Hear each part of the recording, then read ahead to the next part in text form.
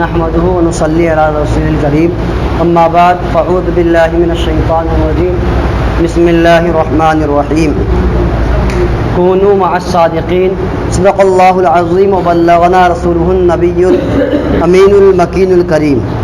ایک مرتبہ درود شریف پیش کریں. صلی اللہ علیہ نبی الامی وآلہ صلاۃ و سلام دائما علیک یا رسول اللہ صلی اللہ تعالی علیہ وآلہ وصحبہ وسلم. اس سے پہلے جو ہے وہ کل یعنی کچھ اعتراض اور ان کے جواب کے تعلق سے گفتگو ہو چکی ہے. اور جو گفتگو چل رہی ہو کس تعلق سے؟ اذان قبر کے تعلق سے کہ قبر پر اذان دینا درست ہے یا نہیں. اس پر جو وہابی اعتراض کرتا پہلے تو جو ثبوت تھے ان کے تعلق سے گفتگو ہوئی کہ یہ جو ہے بلا شبہ درست ہے. پھر اس کے بعد ان کے کچھ اعتراضات اور اس کے جوابات کل گفتگو ہوئی اس تعلق سے. اب جو ہے ایک اعتراض اور سماعت فرمایا آج.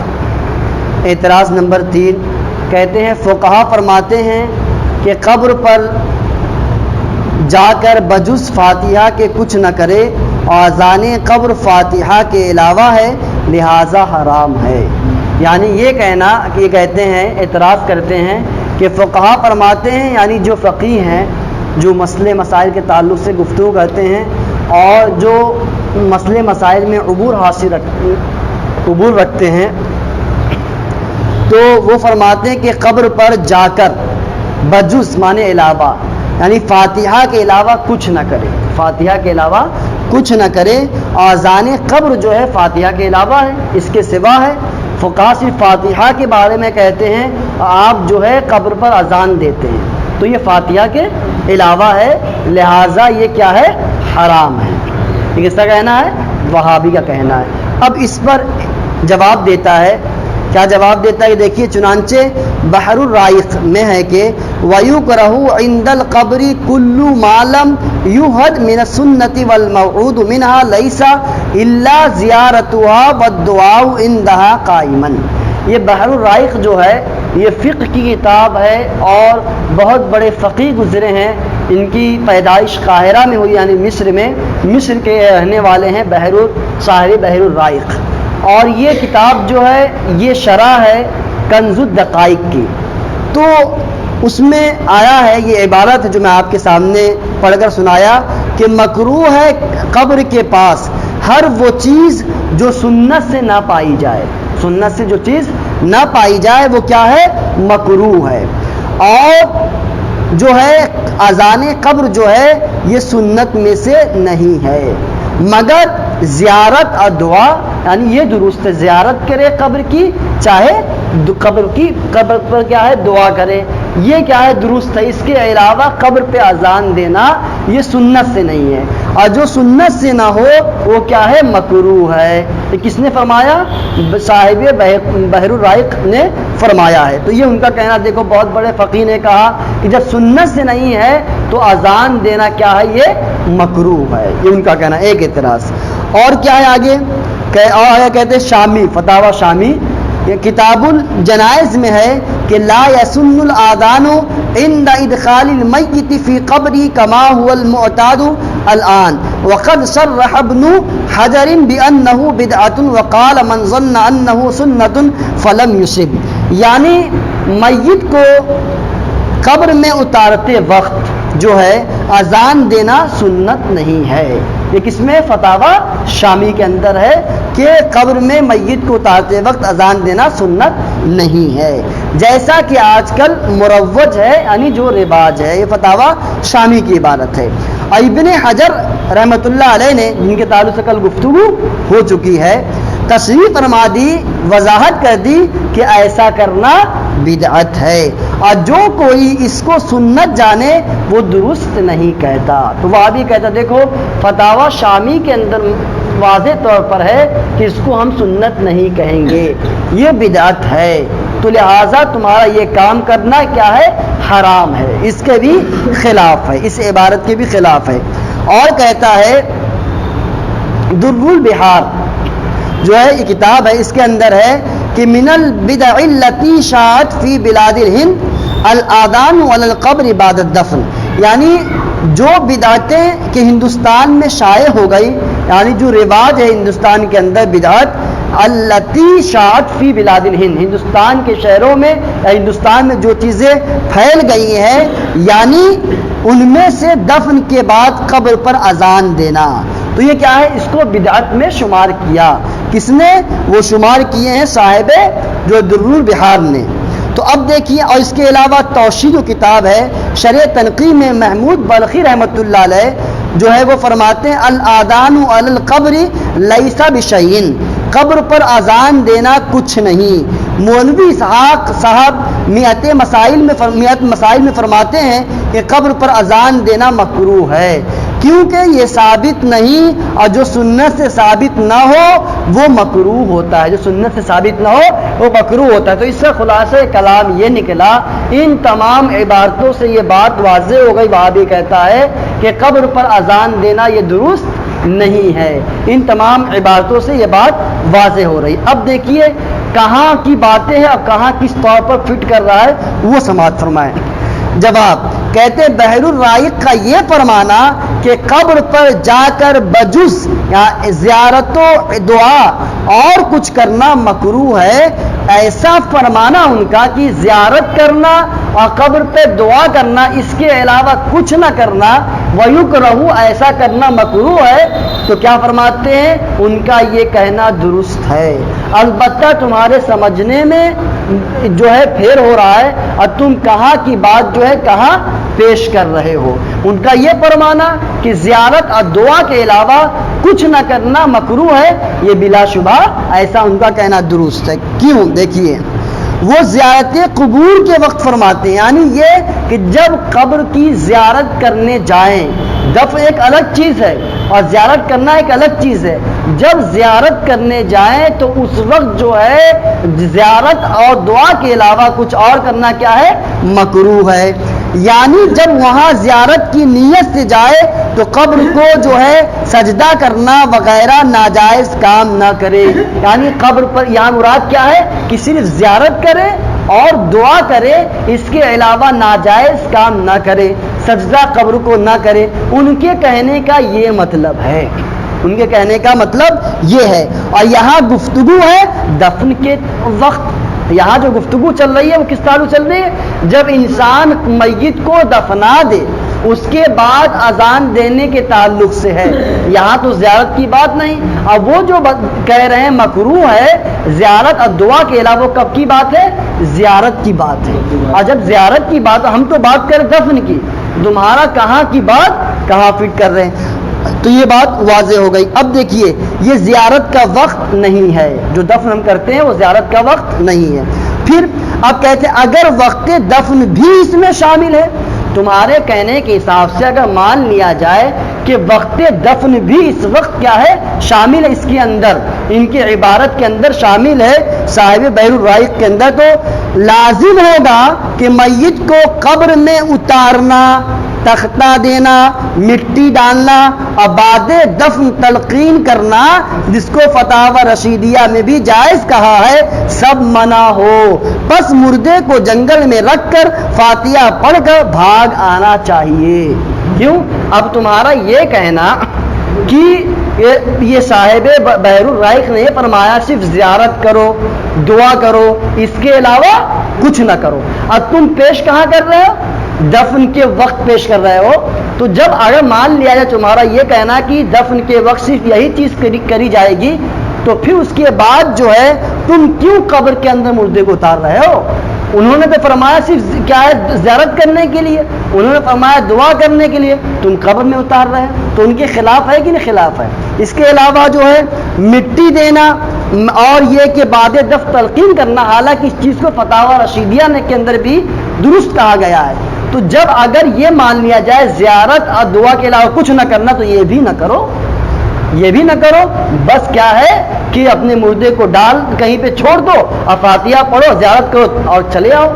اس کا مطلب بھی تو یہی نکلے گا اگر دفن کے وقت تم اس کو شامل کرتے ہو تو پتہ چلا کہ وہابی بولتا ہے مگر سمجھتا نہیں۔ اب دیکھیے کہاں پہ کیا بولا، کہاں پر کیا فٹ کر رہا ہے۔ اب دیکھیے، اور زیارت قبر کے وقت بھی ممنوع کام کرنا منع ہے. تو پتہ چلا کہ کیا مراد ہے وہاں پہ کہ ناجائز کام کرنا درست نہیں ہے. اب وہ جو ہے زیارت کے وقت کا مسئلہ ہے، اور تم کہاں پیش کر رہے ہو؟ دفن کے وقت کا. اگر دفن کے وقت کا مان لیا جائے تمہارے نزدیک یہ ہونی چاہیے میت کو جا کے صرف پھینک دو، فاتحہ پڑھو، چلی آؤ، دفناؤ فناؤ نہیں. کیونکہ صاحب بحر الرائق جو ہے وہ صرف کیا فرمائے؟ تمہارے کہنے کے حساب سے زیارت اور دعا کہہ رہے ہیں. اس کا جواب ہو گیا. اب کہہ رہے وہی عبارت بحر الرائق کا مقصود ہے. یہی چیز کیا ہے؟ بحر الرائق کے سمجھانے کا مقصد ہے. ورنہ مردوں کو سلام کرنا یا ان کے قبور پر سبزہ یا پھول ڈالنا بالاتفاق جائز ہے کہ ان کے قبر پر ہری گھاس وغیرہ ہو یا پھول ڈالیں. اس کے علاوہ جو ہے مردے کو سلام کریں تو یہ کیا ہے؟ جائز ہے. حضور علیہ الصلوۃ والسلام سے ثابت ہے. اور بحر الرائق میں فرما رہے ہیں کہ وہاں بجز زیارت اور کھڑے ہو کر دعا کرنے کے کچھ بھی نہ کریں. تو اب جب بحر الرائق کے اندر یہ موجود ہے، تم اس کو پیش کر رہے ہو تو قبر پر جا کے سلام بھی نہ کرو. سلام کیوں کرو؟ تو اس کے علاوہ پا لیا گیا. اور پھر کہتے ہیں، جواب دیتے ہیں، چلو اور آگے جواب سماعت فرماؤ کہ مولوی اشرف علی صاحب کو حفظ الایمان میں ایک سوال کیا گیا. ایک سوال ہے کہ شاہ ولی اللہ صاحب کشف قبور کا طریقہ بیان فرماتے ہیں. یعنی کہ اشرف علی تھانوی سے سوال کیا گیا جو کہ حفظ الایمان کے اندر موجود ہے. کیا سوال ہے؟ ایک سوال ہے کہ شاہ ولی اللہ صاحب جو کشف قبور کا طریقہ بیان کرتے ہیں کہ قبور کے حالات کو ہم کس طریقے سے جانیں، اس کے تعلق سے بیان فرماتے ہیں. یعنی اس کے بعد، یعنی میت کے بعد، دفنانے کے بعد جو ہے 7 چکر طواف کرے. 7 چکر طواف کرے. کون فرما رہے ہیں؟ شاہ ولی اللہ محدث دہلوی رحمۃ اللہ علیہ، جن کو وہابی بہت بڑا پیشوا مانتا ہے. ٹھیک، تو کیا فرماتے ہیں کہ اس کے بعد 7 چکر طواف کرے اور اس میں تکبیر کہے اور داہنی طرف سے شروع کرے اور قبر کے پاؤں کی طرف اپنا رخسار رکھے. تو کیا قبر کا طواف اور سجدہ جائز ہے؟ یہ کس سے سوال کیا گیا؟ اشرف علی تھانوی سے. کیا سوال کیا گیا؟ اب جواب دیتا ہے. اس کا جواب حفظ الایمان صفحہ نمبر 6 پر دیتے ہیں کہ یہ طواف اصطلاحی نہیں ہے. یہ طواف اصطلاحی نہیں ہے جو کہ تعظیم و تقرب کے لیے کیا جاتا ہے. یعنی جو ہم خانہ کا جو طواف کیا ہے اصطلاح کے اندر کہہ رہے ہیں، یہ اصطلاحی نہیں ہے. تو خانہ کعبہ کا جو ارد گرد چکر لگاتے ہیں 7 چکر، یہ اصطلاحی ہے. یہ کیا ہے؟ اصطلاحی ہے. تو وہی جواب دیتا شیخ علی تھانوی کہ یہ طواف اصطلاحی نہیں ہے جو کہ تعظیم و تقرب کے لیے کیا جاتا ہے، اور جس کی ممانعت نصوص شرعیہ سے یعنی شریعت سے جو ہے ثابت ہے، بلکہ طواف لغوی ہے. یہاں پہ جو وہ 7 چکر لگانے کے وہ جو ہے 7 اس کے بعد 7 چکر طواف کے تعلق سے فرما رہے ہیں صاحب جو یہ شاہ ولی اللہ محدث دہلوی رحمۃ اللہ علیہ، یہاں پر کیا ہے؟ طواف لغوی ہے، اصطلاحی نہیں ہے. یعنی اس کے ارد گرد پھرنا، واسطے پیدا کرنے، مناسبت روحی کے صاحب قبر کے ساتھ اور لینے فیوز کے. یعنی یہ کہ ان کی حالات کو ہم جانیں گے، کشف قبور ہوگا.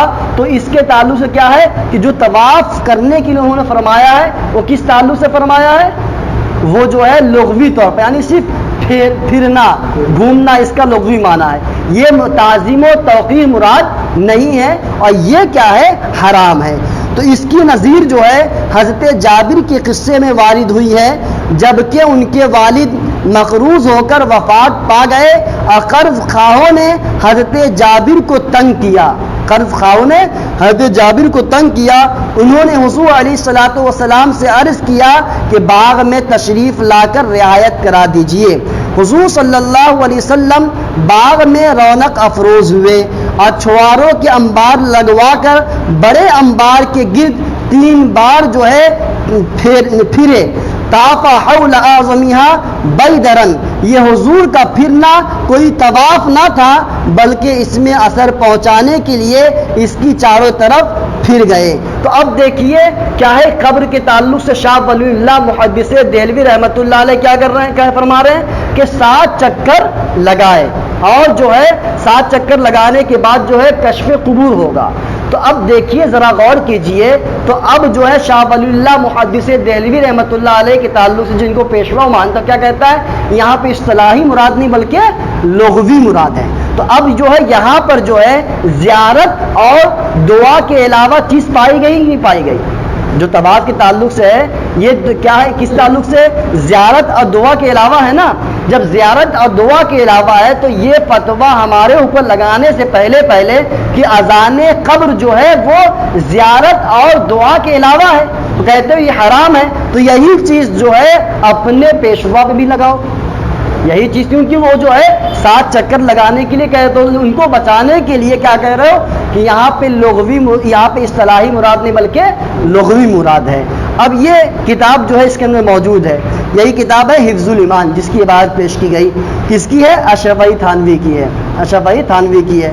اب دیکھیے مکتبہ تھانوی دیوبند، اس کے اندر جو ہے صفحہ نمبر 10 پر یہ عبارت موجود ہے جو میں نے ابھی اس کے اندر پڑھا کہ دیکھیے کہتے ہیں کہ رہ گیا مولانا شاہ ولی اللہ صاحب کا ارشاد، سوا اس میں کچھ حجت نہیں، کیونکہ یہ طواف اصطلاحی نہیں ہے جو تعظیم و تقرب کے لیے کیا جاتا ہے اور جس کی ممانت نصوص شرعیہ سے ثابت ہے، بلکہ طواف لغوی ہے، یعنی محض اس کے گرد پھرنا، واسطے پیدا کرنے، مناسبت روح کے صاحب قبر کے ساتھ اور لینے فیوز کے بلا قصد تعظیم و تقرب کے ہے، یعنی یہ کہ اس کے اندر یہ واضح طور پر ہے۔ تو اگر فتویٰ ہم پر لگا رہے ہو کہ زیارت اور دعا ہی کرنی چاہیے، اس کے علاوہ باقی چیز مکروہ ہے، حرام ہے، تو یہی چیز جو ہے جنہیں آپ پیشوا مانتے ہو ان پر لگاؤ۔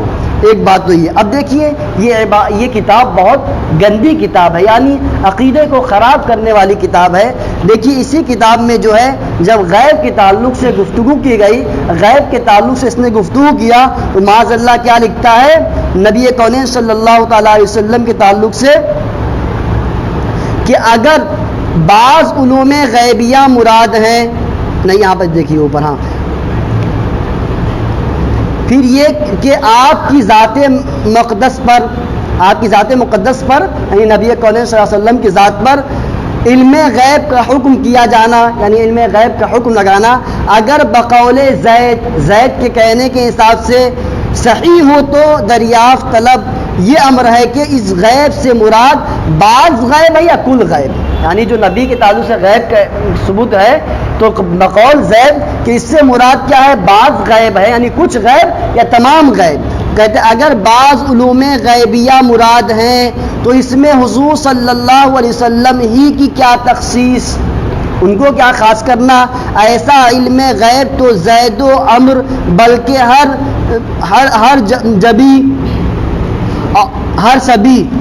ہر سبی و مجنون بلکہ جمیع حیوانات و بہائم کے لیے بھی حاصل ہے، ماشاء اللہ، یعنی کہ ہر سبی یعنی بچہ، ہر مجنون یعنی دیوانہ پاگل، بلکہ جمیع حیوانات کس میں آ گئے؟ حیوان میں تمام چیزیں داخل ہو گئی، جتنے جانور پائے جاتے ہیں، کتا مطلب شیر، جتنے بھی مطلب پائے جاتے ہیں سب اس کے اندر شامل ہے۔ تو معاذ اللہ کہتا ہے کہ بعض علوم غیبیہ مراد لیں تو اس میں حضور صلی اللہ علیہ وسلم ہی کی کیا تخصیص، ان کے لیے کیا خاص کرنا؟ ایسا علم غیب تو زید و عمر بلکہ ہر سبی و مجنون بلکہ جمیع حیوانات و بہائم کے لیے بھی حاصل ہے، معاذ اللہ ثم معاذ اللہ۔ اب بتائیے کہ ایسی کیا گندا عقیدہ، ایسی گستاخی، تو اسے ہم کافر نہیں کہیں گے کہ کیا مسلمان کہیں گے؟ جو نبی کی شان میں ادنا گستاخی کرے وہ بلا شبہ کافر ہے۔ تو اب دیکھیے کھلم کھلا گستاخی ہے، یہ ایسا کہتا ایسا علم تو زید و عمر بلکہ ہر سبی اور مجنون کو ہے۔ تو ذرا غور کیجیے، تو اسی لیے ہم انہیں کیا کہتے ہیں، کیا کہتے ہیں، وہ کافر کہتے ہیں۔ واضح طور پر کہا تو اس میں وہ ایک الگ مسئلہ ہے، لیکن یہ ہے کہ ان کو واضح طور پر کئی مطلب آپ نے خطوط بھی بھیجا، اس کے بعد آپ نے واضح طور پر فرما بھی دیا۔ تو ان تمام باتوں سے یہ بات واضح ہو گئی کہ اگر فتویٰ لگانا ہے تو کسے پہلے فتویٰ لگاؤ؟ شاہ ولی اللہ محدث دہلوی پر لگاؤ۔ اسی طرح کشف القبور کے عمل میں ہے کہیے اگر اذان قبر اس لیے منع ہے کہ قبر پر بجز زیارت و دعا کوئی کام جائز نہیں تو یہ قبر کا طواف اور اس سے فیض لینا کیوں جائز ہے؟ تو یہ فتویٰ ان پہ بھی لگواؤ۔ پھر یہ دیکھیے لہذا بحر الرائق کی ظاہری عبارت آپ کے موافق نہیں ہے، آپ جو کہنا چاہتے ہو وہ آپ کا مطلب حل نہیں ہو پایا۔ پر لطف بات یہ ہے کہ حفظ الایمان کی اس عبارت سے معلوم ہوا کہ قبروں سے فیض ملتا ہے، وہ کہا کہ فیض کے تعلق سے فیض ملتا ہے، اور فیض کے لیے وہاں جانا اور طواف کرنا، قبر پر رخسار رکھنا جائز ہے۔ اسی کو تقویۃ الایمان میں شرک کہا، اسی کو اب دیکھیے ان کا معاملہ کیسا ہے، کوئی کچھ کہہ رہا ہے کوئی کچھ کہہ رہا ہے۔ تقویۃ الایمان میں اسی کو شرک کہا۔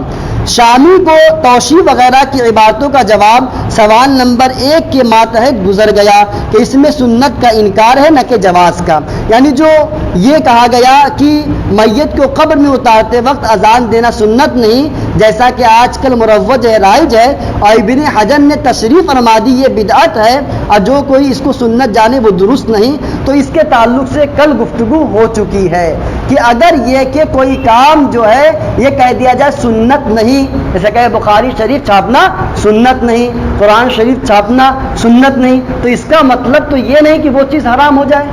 تو یہ قاعدہ تم نے کہا، حالانکہ ہم کہیں کہ بخاری شریف چھاپنا سنت نہیں، قرآن شریف جو اچھے اوراق میں چھاپے جاتے ہیں سنت نہیں، تو ہمارا کہنا درست ہے۔ اب سنت نہیں تو اس کا مطلب یہ نہیں کہ جائز بھی نہ ہو، تو یہ قاعدہ یہ کہاں سے فٹ کر رہے ہو؟ تو ان کا جواب جو ہے یہ کل گفتگو ہو چکی ہے۔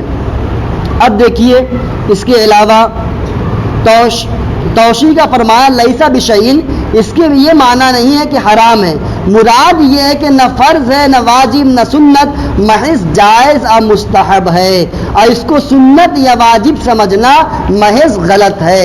اب یہ جو ہے اس کے اندر جو بیان کیا گیا ہے، انہوں نے فرمایا محمود بلخی رحمۃ اللہ علیہ نے کہ الاذان علی القبر لیس بشیء، قبر پر اذان دینا کچھ نہیں، یعنی مطلب یہ کہ نہ فرض ہے نہ واجب ہے بلکہ مستحب اور جائز ہے۔ وہاں پر کس کی نفی ہے؟ فرض کی نفی ہے۔ کس کی نفی ہے؟ واجب کی نفی ہے۔ تو وہ واجب اور فرض کی نفی ہے، اور تم نے جو ہے فٹ کہاں کر دیا؟ جو ہے ہر اعتبار سے تم نے فٹ کر دیا، حرام کہہ دیا۔ وہاں پہ جو نفی ہے، انکار ہے، وہ کس کے لیے ہے؟ فرض اور واجب کے لیے۔ تو یہ جواب ہو گیا۔ اور دیکھو اس کو سنت یا واجب سمجھنا محض غلط ہے، ہم جو ہے واجب اسے نہیں سمجھتے ہیں۔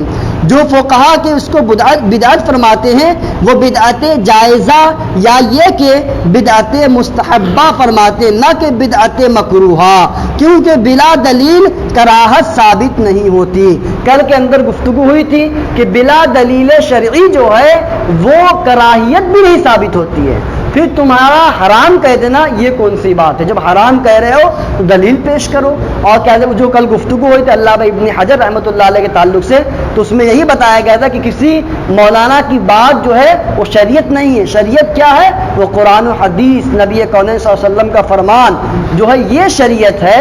تو اگر بلا دلیل جو ہے کسی چیز کو کراہت بھی نہیں کہہ سکتے ہیں، اس کے لیے بھی کیا دلیل پیش کرنا ہوگا، تو تم نے حرام کہاں سے کہہ دیا؟ تو یہ گفتگو ہو چکی ہے۔ مولوی اب جو کہا گیا کہ مولوی اسحاق صاحب میت مسائل میں فرماتے ہیں، میت مانے 100، یعنی 100 مسائل کتاب، یعنی 100 مسائل اس میں ذکر کیے ہوں گے، اسی لیے اس کا نام رکھے ہوں گے میت مسائل میں فرماتے ہیں کہ قبر پر اذان دینا مکروہ ہے۔ تو جواب دیتے ہیں کہ مولوی اسحاق صاحب دیوبندیوں کے پیشوا ہیں، ان کا قول حجت نہیں، ان کا قول دلیل نہیں، کیونکہ وہ ہمارے مولوی ہے ہی نہیں۔ اور نہ یہ قاعدہ صحیح ہے کہ جو سنت سے ثابت نہ ہو وہ مکروہ ہے، یہ قاعدہ بھی نہیں ہے کہ جو سنت سے ثابت نہ ہو وہ مکروہ ہو جائے۔ آپ نے ہر چیز کو چھوڑ کر مکروہ کے درجے میں رکھ دیا، حرام کے درجے میں رکھ دیا، ایسا کوئی دلیل نہیں ہے۔ ورنہ قرآن کے سپارے اور اعراب اور بخاری بھی مکروہ ہوگی، کیونکہ یہ جو ہے قرآن کے سپارے جو آج الگ الگ ترتیب میں ہے، اچھے اچھے صفحات میں ہیں، تو یہ بھی تو سنت تو ہے نہیں۔